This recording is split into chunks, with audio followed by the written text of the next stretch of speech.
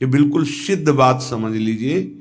ये हमारे मन की दौड़ है कि यदि हमें धन मिल जाए, पद मिल जाए, अमुक अमुक अमुक, तो मैं सुखी हो जाऊं। लेकिन जितना आप सोच रहे हैं उतना किसी के पास है, वो सुखी क्यों नहीं हो गया? पद भी है, सम्मान भी है, रुपया भी है, परिवार भी है, सब है।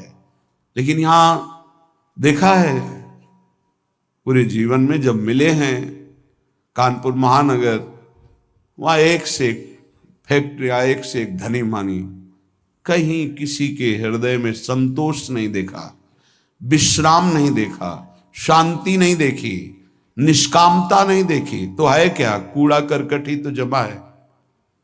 इसलिए सबसे प्रार्थना है, ये जो मन की बार बार मांगे हैं, जब तक भगवान का आश्रय भजन नहीं हो गए, नहीं रुकने वाली, नहीं रुकने वाली।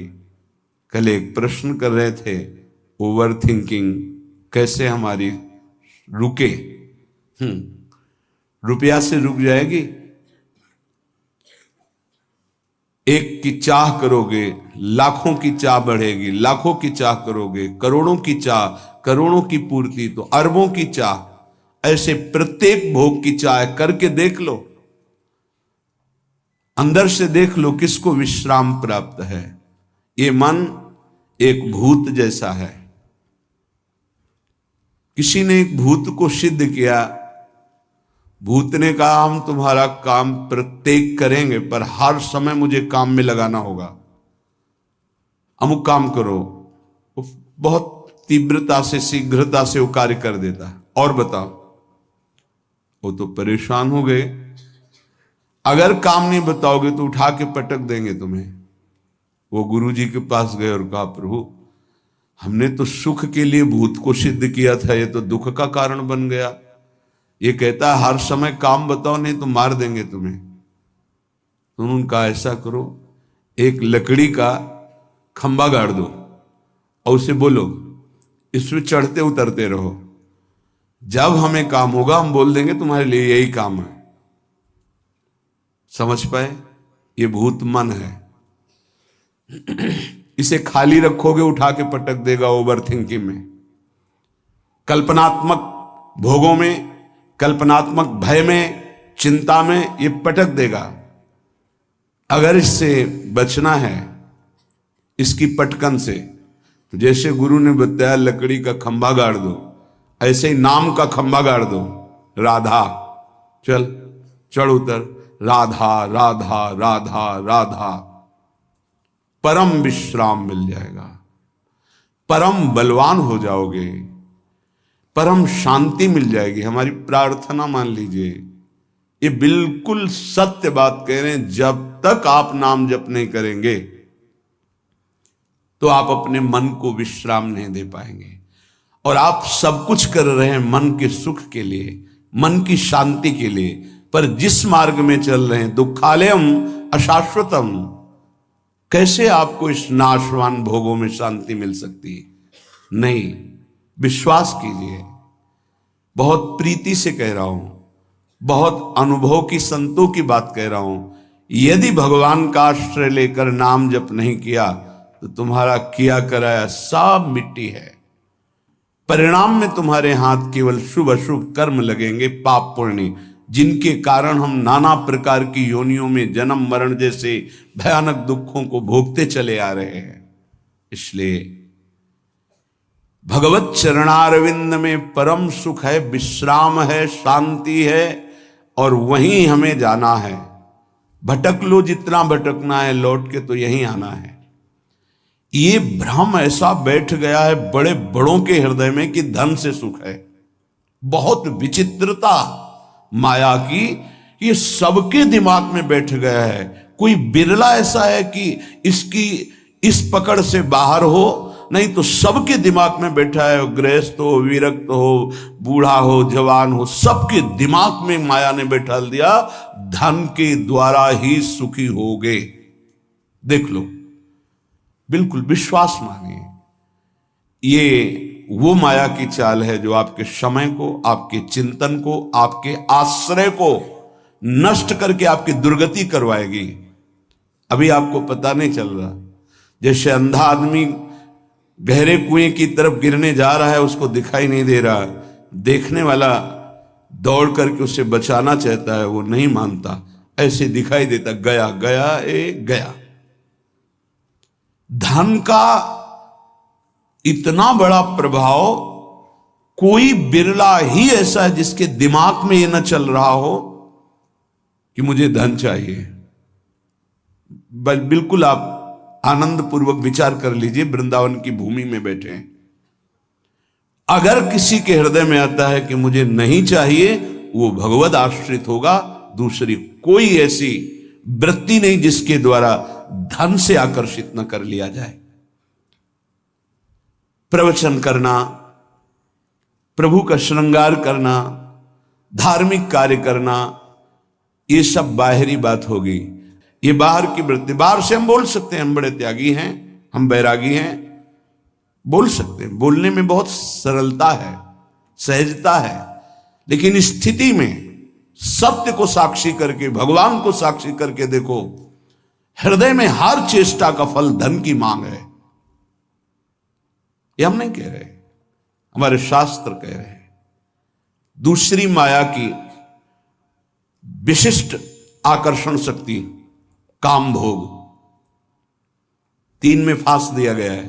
पूरी सृष्टि के कंचन, जिसे धन कहते हैं, वित्त ऐषणा, धन कंचन वित्त ऐषणा, और पुत्र ऐषणा काम भोग, स्त्री शरीर का आकर्षण या विपरीत शरीर का आकर्षण काम भाव से। अंदर से विचार करके देख लो, पूरी सृष्टि की बात, जो अंदर से निष्काम है वो केवल भगवान का आश्रय लिए होगा, वो भी केवल भगवान का आश्रय, वही बचेगा। अन्यथा बातें हम वैराग्य की करेंगे, संयम की, जितेंद्रियता की, और हमारे आचरण भ्रष्ट होंगे। लिख लो, दिमाग में लिख लो, ये प्रबल माया का आकर्षण काम, चाहे पशु पक्षी, चाहे किशोर अवस्था, यौवन अवस्था, वृद्ध अवस्था, कैसी भी अवस्था हो, ये बख्शता नहीं है। सबके दिमाग में एक बात चलती, कैसे संयोग सुख प्राप्त करें, अंदर से देख लो। तीसरा है कीर्ति, हमारा नाम हो जाए, हमारा सम्मान बढ़े, सबसे बड़े हम हो जाए, ये आखिरी मंजिल है। जो काम विजयी है और जो वित्तैषणा का त्यागी है, उसके भी हृदय में ये माया आखिरी फंदा फेंक देती है। जिन्होंने संपूर्ण सृष्टि को रचा, सबका भरण पोषण कर रहे हैं, उन विश्वात्मा भगवान का तो नाम जपने के लिए राजी नहीं है कोई, बिरला ही कोई जप रहा है। तुम्हारा नाम होगा, तुम्हारा नाम जपेंगे, तुम्हारी जीवनी पढ़ेंगे। ये माया है, 4 दिनों के बाद ऐसी धूल पड़ती है, कोई नहीं जानता किसी को। ये जो माया का आकर्षण है, ये 3 में रख दिया गया है, धन, काम भोग और मान सम्मान प्रतिष्ठा कीर्ति, लोक ऐषणा। ये लोक ऐषणा आखिरी में गिरा ही देती, वही बचता है। जे राखे रघुवीर ते उबरे त्यू कालम, जे राखे रघुवीर। भगवान जिसे बचा ले तो लोक ऐषणा से बच जाए, नहीं वित्त ऐषणा, पुत्र ऐषणा से बचा हुआ भी इस लोक ऐषणा में गिर जाता है। तीनों पर जो विजय प्राप्त कर लेता है, वो भगवत साक्षात्कार करता है, वो परम शांति को प्राप्त होता है। हृदय से महारानी जी का आश्रय मिलने का अवसर मिला है कि हर समय हम इस अभिमान में रहे कि हमारी श्यामा जी वही सब भरण पोषण करने वाली, वही हमें प्रेम प्रदान करने वाली, वही हमारा परम मंगल करने वाली। कहीं ये आश्रय में कुछ ना प्रवेश कर जाए, अन्य आश्रय कहीं ना हो जाए, ये उपासक देखता रहे। जो अन्य आश्रयी हैं उनको इस बात पर चिंतन करना चाहिए, विचार करना चाहिए, ये अन्य आश्रय आपकी दुर्गति के सिवा और कुछ नहीं कर सकता। अगर दुर्गति को रोक सकता है तो भगवद आश्रय रोक सकता है। यदि तुमसे इतने महान पाप हो चुके हैं कि जिनकी तुम खुद स्मृति करके घृणा करते हो। कभी कभी ऐसे पाप हो जाते हैं कि अपना हृदय ही अपने को दंड देने के लिए कहता है कि बहुत नीच आचरण तेरे द्वारा हो गए। अगर ऐसा भी है और हमारे प्रभु की शरण में आ जाए तो बाहुओं में लेकर हृदय से लगाते हैं, ऐसा स्वभाव है। कोटि विप्र बदला गए जाहू, आए शरण तजऊ नहीं ताहू। इसलिए सबसे प्रार्थना है ये मन, ये बुद्धि, ये माया इन पर बैठ करके आश्रय का बदलाव कर देगी। यदि गुरु कृपा से, सत्संग की कृपा से, प्रियालाल की कृपा से आपका आश्रय बन रहा है प्रभु प्रियाजू, तो ये बहुत जन्मों की साधना सुकृत सब फलीभूत हो रहे हैं। इससे मत फिसल जाना। अगर आश्रय है तो आपका परम कल्याण निश्चित है। ये माया आश्रय बदलती है, इसका कार्य है आश्रय बदलना। ये अंदर की बात को समझिए। हम ब्रह्मचारी नहीं हैं, हम संयमी नहीं हैं, हम तपस्वी नहीं हैं, भजनानंदी नहीं हैं, चलेगा। पर हम प्रियाजू के हैं, प्रियाजू के सिवा हमारा कोई नहीं है, ये आपको भगवत प्राप्ति करा देगा। यद्यपि भक्त अनन्य जो विषय इंद्रियन बस होए, कर्मठ कोटि जितेंद्रियन तहि सम लय न हो। उसकी समानता करोड़ों कर्मकांडी और जितेंद्री नहीं कर सकते जिसके हृदय में अनन्यता आ गई है। इसलिए प्रार्थना है समस्त साधनाओं का जो फल है वो आश्रय है। भागवत में बहुत बड़ी महिमा इस आश्रय की वर्णन की गई। आखिरी है 10वां आश्रय। नवधा भक्ति में 9वीं भक्ति पूर्णता है आत्मसमर्पण। यदि आप अपना मंगल चाहते हैं तो आप खुद देख लीजिए कितने बड़े साधना में आपका प्रवेश है। ईमानदारी से देख लीजिए। भरोसा नहीं है 1 मिनट बुद्धि का भी कहती भगवान प्यारे लगते, थोड़ी देर में कहेगी विषय प्यारे लगते हैं। इसका निर्णय ठीक नहीं, पागल है ये। हमारी जो बुद्धि है वो पागल है। एक क्षण में कहती ये मार्ग सत्य है, दूसरे क्षण में उत्तर देने लगती है। ऐसी बुद्धि का भरोसा नहीं। कितनी बड़ी साधना हो, अपराध बन जाए, वैष्णव अपराध, गुरु अपराध, इष्टद्रोह, गुरुद्रोह, सर्वनाश हो जाता है। एक आश्रय है तो वो बचाता है, भगवद आश्रय। आश्रय को आप यदि समझ लें तो निश्चिंत हो जाएंगे, निर्भय हो जाएंगे, निःशोक हो जाएंगे। आप प्रभु के अंश हैं। ये प्रकृति प्रभु के द्वारा रची हुई है। ये भगवान का एक जादूमय खेल है। आप उनके अंश होकर इस खेल में फंस रहे हैं। वही गुरु रूप से, शास्त्र रूप से आपको इस खेल से निकलने का उपाय बता रहे हैं। पर आप ऐसे कपटी स्वभाव के हैं, छली स्वभाव के हैं। वो सर्वज्ञ प्रभु और गुरुदेव से भी छल करता है। हंसी की बात यह है कि जो तुम्हारा परम हित, परम मंगल, परम कल्याण प्रतिपल सोच रहे हैं, तुम उनसे छल और कपट कर रहे हो, केवल माया प्रेरित होकर के। क्या नहीं पता, क्या नहीं पता। तुम्हारे मन में जो स्फुरित होता है प्रभु को स्फुरित होने के पहले पता है नहीं। प्रभु कह रहे हैं और सब चलेगा। मोहि कपट छल छिद्र न भावा। और अगर अवगुण है तुम्हारे, धीरे धीरे सब ठीक हो जाएंगे। जन अवगुण प्रभु मानन काऊ, दीन बंधु अति मृदुल स्वभाव। लेकिन यदि आपके अंदर छल कपट है तो प्रभु कह रहे मोहि न भावा। नहीं, हम पापात्मा हैं, गलतियां हुई हैं, जैसे हैं नाथ आपके हैं, आपके सामने हैं। इससे आश्रय तत्व पुष्ट होता है। इसी आश्रय से घोर पातिकी को भगवत प्राप्ति हो जाती है। एक बार आश्रय ले लिया तो हमारे प्रभु छोड़ने वाले नहीं, आप छोड़ सकते हो, आपका स्वभाव है। प्रभु नहीं छोड़ेंगे। आश्रय का इतना विशेष महत्व है। जैसे कई बार सत्संग में सुनाया कि जगन्नाथ जी के श्रीअंग पार्षद कुशंग वशात वैश्यागामी हो गए। जब ये पता चला तो उनको बुलाया और कहा कि आप श्रीअंग सेवा भी करते हैं और वैश्या के संयोग में जाते हैं, तो दो में से एक को स्वीकार करें, या तो जगन्नाथ जी की श्रीअंग की सेवा या वैश्या के संग। कामाशक्त चित्त हो गया था, इसलिए जगन्नाथ जी की सेवा छोड़ दी। पर खास बात, आश्रय नहीं छोड़ा, जगन्नाथ जी की प्रसादी पादुका अपने साथ ले गए। एक बार उठाकर सर में पादुका रख लेते और छाती से लगा के कहते, प्रभु मैं आपकी माया में फंस गया हूं, मेरी हिम्मत नहीं कि मैं इसका संग छोड़ सकूं, मैं आसक्त चित्त हो गया हूं। कई वर्षों के बाद जब उनका शरीर पूरा हुआ तो जगन्नाथ जी ने अपने पार्षद को आदेश किया, जैसे मेरे पार्षदों की अंतिम क्रिया होती है, अंत्येष्टि संस्कार होते हैं, वैसे उसका करो। तो उन्होंने कहा, प्रभु उसने तो आपको छोड़ दिया, वैश्या को स्वीकार किया, अब हम कैसे कर सकते हैं?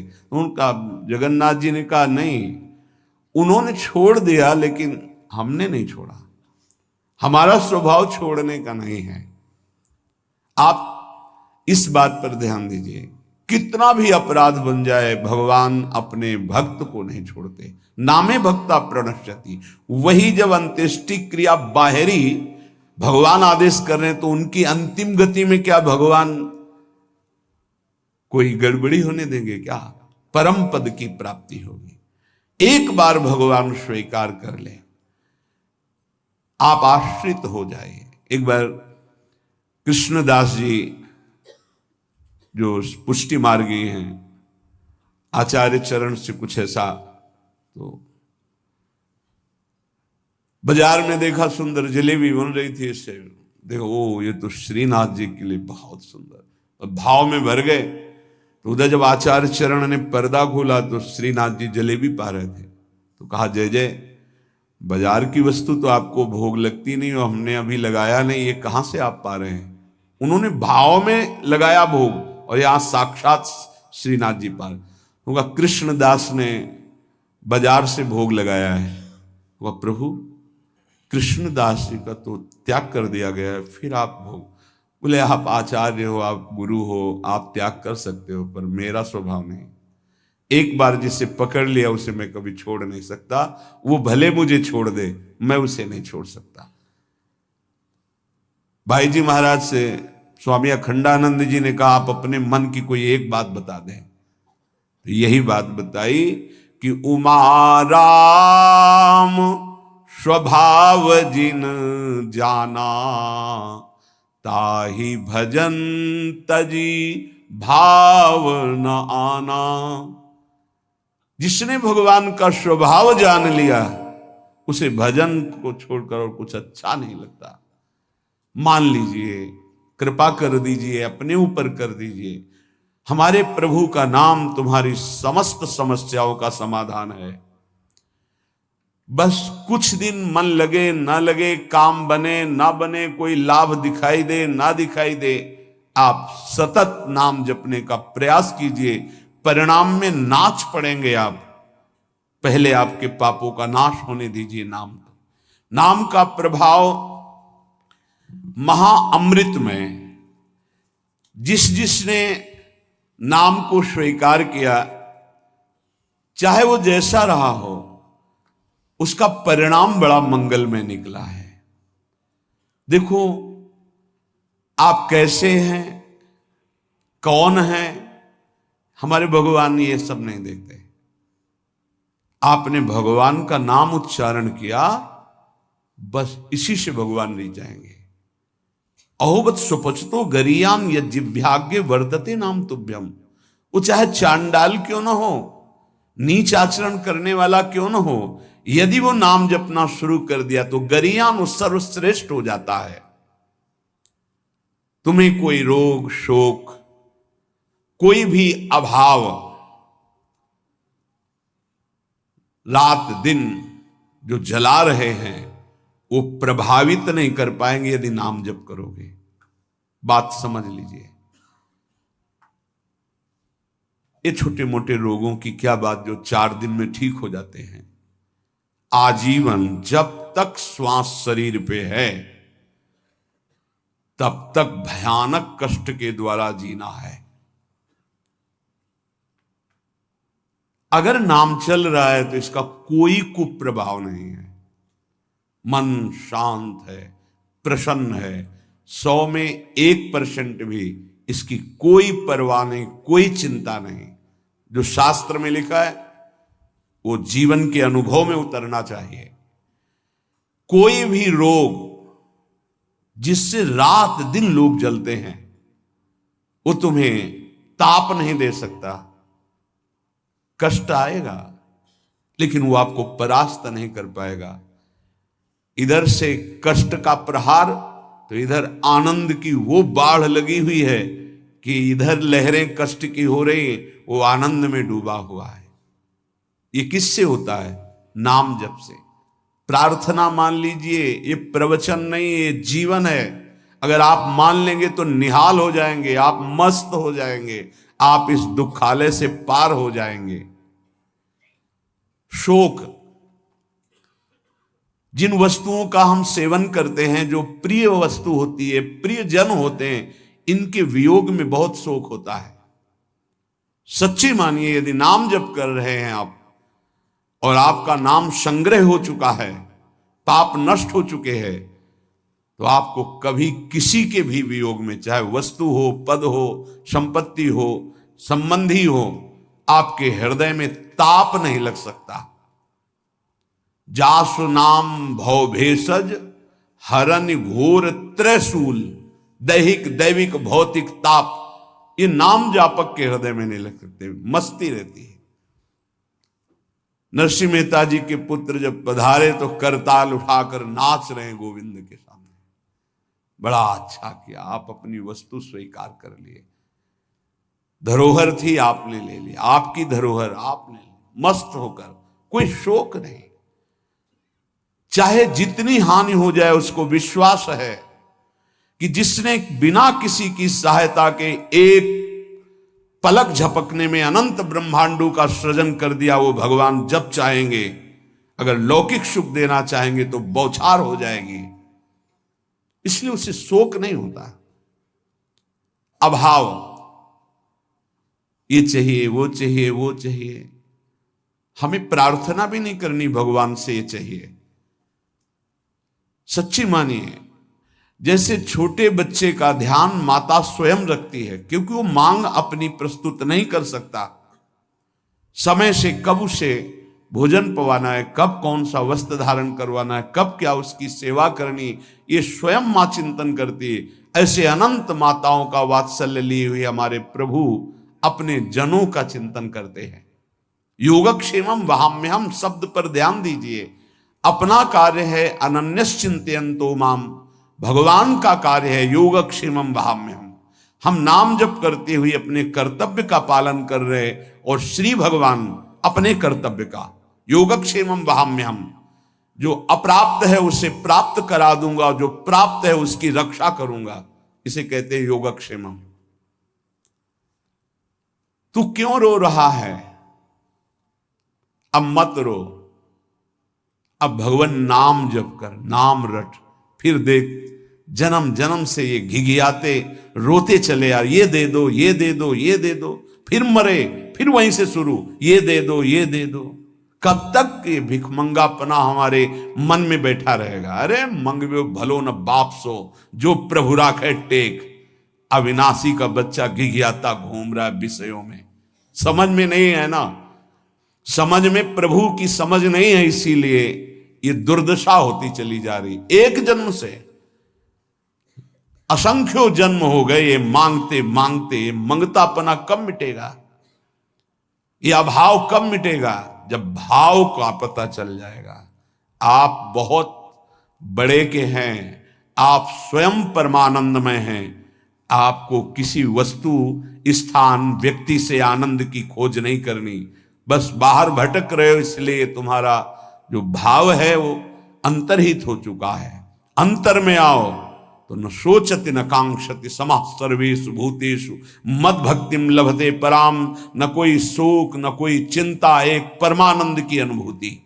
ना मानो तो भोग लो, जलो, ये माया दुर्दशा कर देगी। ना मानो, जलते रहो। अगर संतों के हृदय में कोई पीड़ा होती तो इसी बात की होती, अमूल्य मानव जीवन प्राप्त करके भगवान से विमुख होकर तुम कैसी दुर्दशा को प्राप्त हो रहे हो। उठो, गलतियां होना स्वाभाविक है, माया फिसलन वाली है, गलती हो सकती है, लेकिन हम सत्य मार्ग को छोड़ दें ऐसा नहीं हो सकता। क्यों रो रहे हो? मेरा नाम रट, देख दुख नाम की वस्तु नहीं रह जाएगी, तेरे सारे संशय नष्ट हो जाएंगे। भक्ति हो न हो, श्रद्धा हो न हो, विश्वास हो न हो, तू केवल नाम रटना शुरू कर दे, इससे बढ़कर और क्या बात कही जा सकती है। जितना भी दान पुण्य तपस्या यज्ञ तीर्थाटन है, अगर श्रद्धा नहीं है तो फल की प्राप्ति में संशय है। मंत्र जप रहे हो, श्रद्धा विश्वास नहीं तो फल की प्राप्ति में संशय है। लेकिन नाम जप कर रहे हैं, बिल्कुल आपकी श्रद्धा नहीं है, तो भी भाव कुभाव अनख आलसहु, नाम जपत मंगल दिशि दशहु। तन्नास्ति कर्मजम लोके वाग्जम मानसमेव वा, यन्न छपयते पापम कलौ गोविंद कीर्तनम। यदि आपसे शारीरिक पाप बन गए हैं, मानसिक पाप बन गए हैं, वाणी के द्वारा अपराध बन गया है, चिंता मत करो। आप कोशिश करो कि पाप ना बने और गोविंद गोविंद हरि हरि कृष्ण कृष्ण राधा राधा राधा ऐसा नाम उच्चारण करो। नाम उच्चारण से सारे पाप नष्ट हो जाएंगे। तन्नास्ति कर्मजम लोके वाग्जम मानस में उच्च, मानसिक वाणी के द्वारा शरीर के द्वारा जो अपराध बन गए, भगवान नाम कीर्तन से, भगवान नाम जप से सब नष्ट हो जाते हैं। बस ये है कि नाम का सहारा लेकर पाप मत करना। अब तक जो हुए सो हुए, चूक हो जाएगी तो नाम भस्म कर देगा उस पाप को। जानबूझ करके संकल्प करके हर्षित होकर पाप करेंगे कि शाम के नाम जप कर लेंगे, दिन भर पाप करते हैं, तो फिर वो नामापराध लागू हो जाएगा और वो प्रभाव नाम का नहीं पड़ेगा और आपको उसका दंड मिलेगा।